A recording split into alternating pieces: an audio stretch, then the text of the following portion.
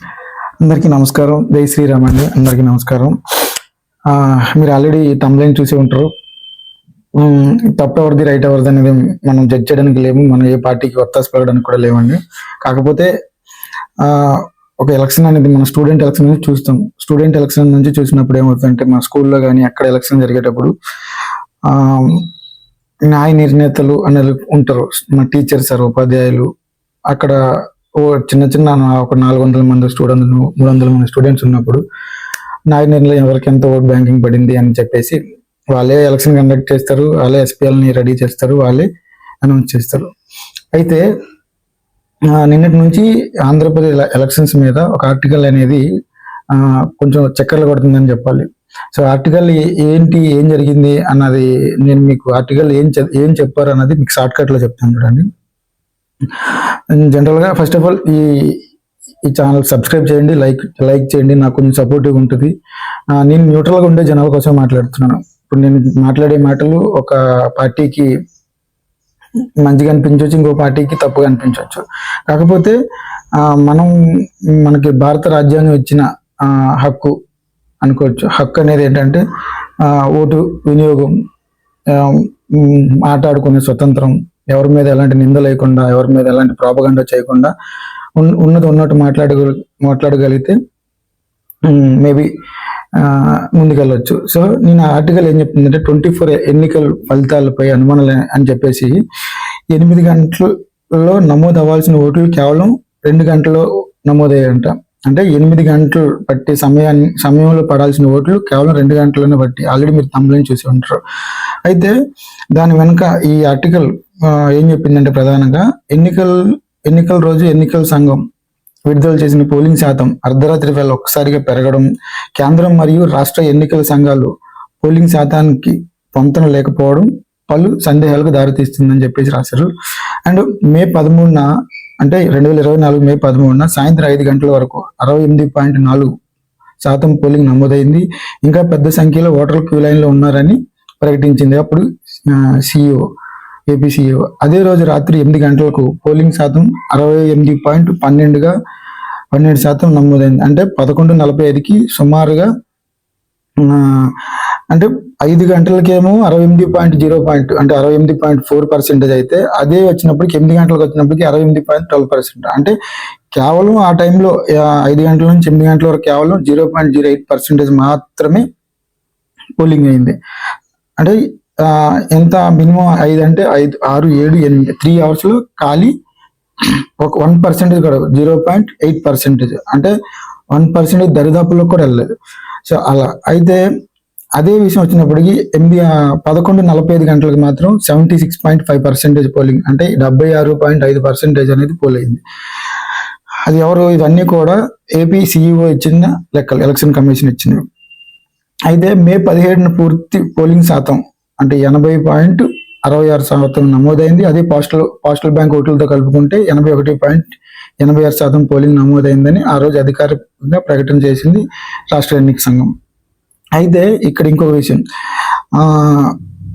Just 5 గంటల నుంచి 8 గంటల కన్నా 0.08%. నాకు వచ్చిన అనుమానం ఇక్కడేనండి, 0.08%. అంటే ఆ టైంలోనే మేబీ ఎక్కువ మంది జనాలు కూడా రావచ్చు, అందరూ పనికి వెళ్ళి నుంచి వచ్చిన వాళ్ళందరూ కూడా రావచ్చు అప్రాక్సిమేట్లీ.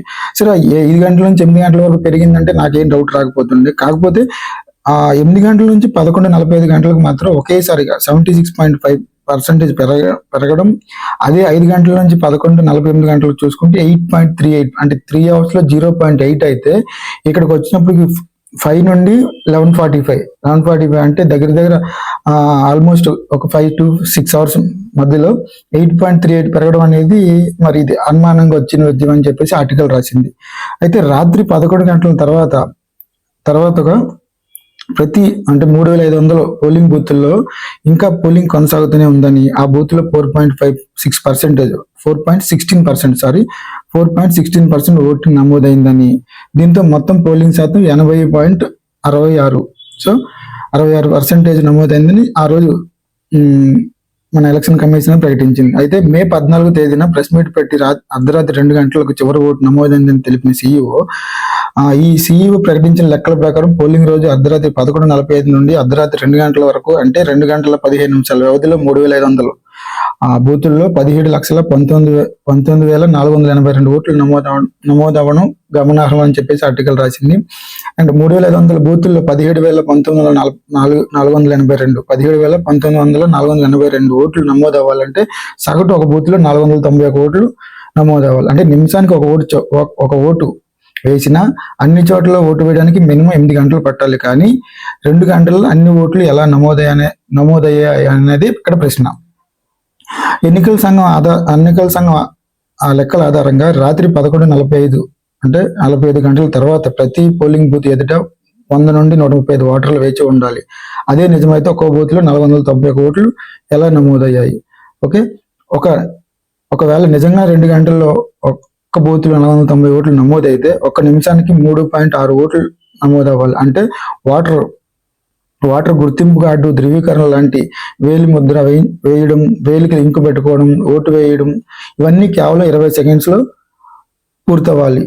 ఇది సాధ్యమేనా? అసలు 20 సెకండ్స్ లో మనకి మన ఫేస్ రికగ్నైజ్ చేయడానికి ఆ ఓటర్ ఐడి కానీ, లేదంటే మన ఆధార్ కార్డు కానీ, అధికారి ఎవరైతే ఉన్నారో అధికారి మనం చూడడానికైనా, పేరు, మన ఇంటి పేరు, అడ్రస్ అడగడానికైనా 10 సెకండ్స్ 20 సెకండ్స్ అయిపోతాయి కదా. కాకపోతే ఈ 20 సెకండ్స్ లో ఆ పని ఇంక పెట్టుకొని, వేలు ముద్ర వేసి, ఓటర్ ఐడి చెక్ చేసుకొని, లోపలికి వెళ్ళి ఈఎంఐలో మనం ఈవీఎంలో పెట్టుకొని 20 సెకండ్స్ లో అయిపోతుందంటే మరి ఎందుకు రాసింది?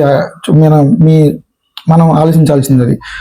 సో ఈ లెక్కల గురించి ఆధారాలు ఎన్నికల సంఘం వద్ద ఉన్నాయా? ఒకవేళ వారు చెప్పిన లెక్కలు నిజమైతే అర్ధరాత్రి ఓట్లు వేసిన 17,19,482 ఓట్లు క్యూ లైన్ లో వేచి ఉన్న వీడియోలు, అంటే సీసీ ఫుటేజ్లు కానీ ఎన్నికల సంఘం సిద్ధమని ప్రశ్నించారు ఆ పలువురు విశ్లేషకులు.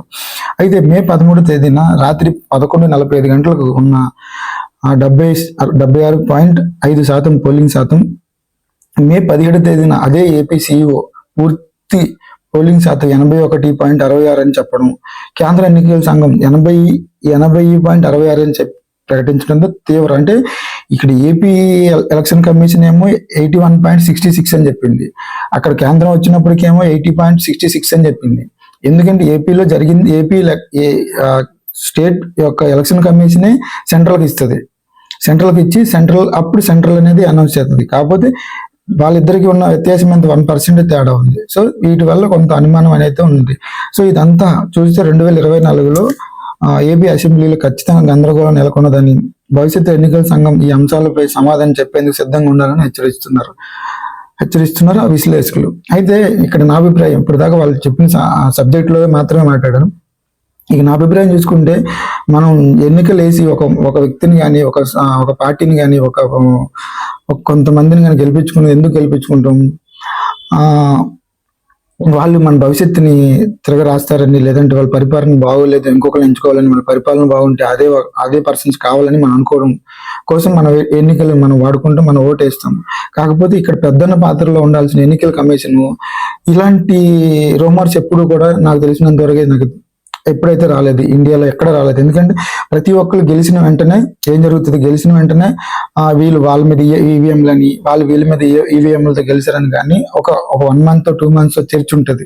అది ఎవరి దాంట్లో రాజకీయ నాయకుల దాంట్లో మాత్రమే చర్చ ఉంటుంది. కాకపోతే ఇక్కడ డిఫరెంట్ ఏంటంటే ఈసారికి గడిచిపోయి 2 years దగ్గర దాదాపు అవుతున్నా కానీ ఇప్పటికీ కూడా ఆ రోజు జరిగిన ఎన్నికల మీద ఇప్పటికీ election commission, state election commission కానీ, లేదంటే సెంట్రల్ ఎలక్షన్ కమిషన్ కానీ ఇప్పటికీ కూడా ఎటువంటి క్లారిఫికేషన్ మనకి ఇవ్వలేదు. సో వాళ్ళు అలా ఉండగలిగితే వాళ్ళు, ఎందుకంటే ఒక సిచ్యువేషన్ జరిగిందంటే, ఒక ప్రాబ్లం జరిగిందంటే దాన్ని క్లారిఫికేషన్ ఇవ్వాల్సిన ఇస్తే ఆ ప్రాబ్లం మళ్ళీ ఇంకెప్పుడు రిపీట్ అవ్వదు, ఇంకొకరు మాట్లాడే అవకాశం కూడా ఇచ్చినట్టు ఉండదు. కానీ ఏం జరిగింది, ఆ క్లారిటీ వాళ్ళు ఎప్పటికీ ఇవ్వట్లేదు. కోర్టుకి సమాధానం చెప్పలేదు అనేసి వార్తలు ఉన్నాయి. చాలా ప్రజల్లో కూడా చాలా సందిగ్ధత నమోదైపోయింది. సో కాబట్టి ఇప్పటికైనా ఎలక్షన్ సజావుగా, నెక్స్ట్ ఎలక్షన్ అయినా సజావుగా జరుగుతుందనే నమ్మకం చాలా మందికి పోయింది. సో అలా పోకుండా ఉండాలంటే కంపల్సరీగా అయితే ఈవీఎంలైనా తీసేసి బ్యాలెట్ బాక్స్ కన్నా రావాలి, లేదా ఎలక్షన్ కమిషన్ స్పందించి దీనికి జవాబైనా చెప్పాలి. ఈ రెండిట్లో ఏం జరిగినా సరే సంతోషమే. సో నేను ఏ పార్టీకి కొంగాయట్లేదండి. వీళ్ళు గెలిచినప్పుడు వాళ్ళు అంటారు, వాళ్ళు గెలిచినప్పుడు వీళ్ళు అంటారు. కాకపోతే ఈ రెండింటిని ఎంతమంది పార్టీలు ఎన్ని పార్టీలు ఉన్నా సరే కేవలం అక్కడ పెద్దన్న పాత్ర కానీ తండ్రి పాత్ర కానీ పోషించేది ఎలక్షన్ కమిషన్. వాళ్ళు ఈ ఈ ఇష్యూ మీద స్పందించితే ఇంకొకరు మాట్లాడే అవకాశం ఉండదు. ఇంకొకసారి ఇలాంటి ఎవరు విశ్లేషకులైనా లేదంటే ఇంకొకరైనా సరే ఇలాంటి మాట్లాడే అవకాశం కూడా ఉండదు. Thank you. జై హింద్. అందరికీ నమస్కారం. Thank you. జై శ్రీరామ్.